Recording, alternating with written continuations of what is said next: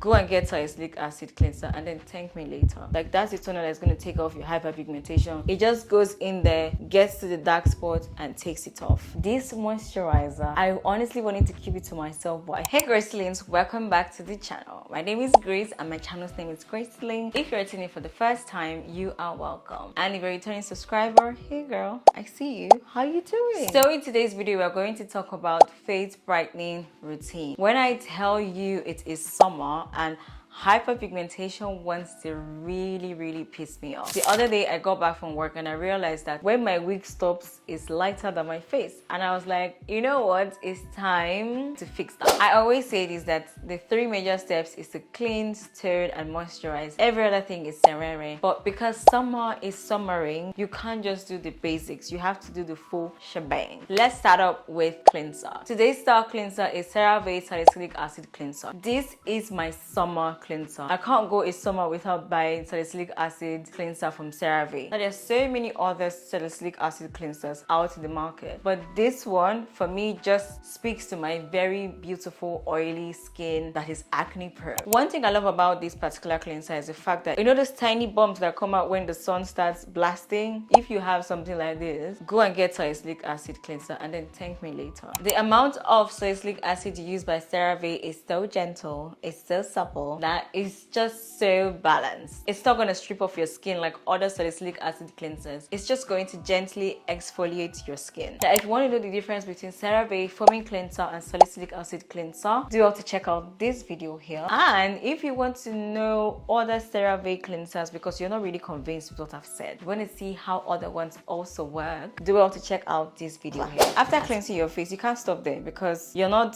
a mouse. You can't just cleanse your face and stop there. You have to infuse moisture back. This is why I strongly recommend you get a toner. Toners are not just created to eat your money. Toners are there to balance your skin pH. When you use a cleanser, it has a way of stripping off the natural oils on your skin. My favorite toner of all time, I've been using it for a year and a half now, is Sun by Me Rice Toner. If you know, on this channel we don't really talk a lot about Korean brands because I haven't really ventured into Korean brands, but the thing is that the ones I have tried, this one in particular does the job. If you're looking for a brightening toner, look no further. Sun by Me Rice Toner, that's the toner. That's the toner that's going to take off your hyperpigmentation, full stop. I think the reason I really love this thing is how plump my skin feels after I've applied it. It doesn't feel like I applied anything chemically. It's just very natural, very supple, very plumping on the skin. 78% of its power is from the rice extract. And this rice extract is originally cultivated in Korea, which gives it that very milk color. So yes, your skin feels very moisturized, but it doesn't feel sticky at all. So if you have very dehydrated skin, like your skin just needs some vavavoom, I think this is a toner you should really look at. So after applying your toner, the next thing you want to do is to add some serum. For me, I feel like serums are very bougie, but at the same time, they're also very essential to the skin. And currently, if you are in Nigeria or in a country where it's almost always summer, then one particular serum you should be using is a Good Molecules brightening serum because of how beautiful it is in terms of getting the job done. It just goes in there, gets to the dark spot and takes it off. It has beta-arbutin, and not just that, it also has hyaluronic acid. If you know, hyaluronic acid is a baby on this channel. We love her. So the star ingredient is clearly beta-arbutin because it essentially just reduces how much melanin production is happening on your skin. So essentially those dark spots that you've caused because you're pinching your face are going to be greatly reduced. But the thing is that it brightens all over your face, not just one particular part of your face, just so you know that.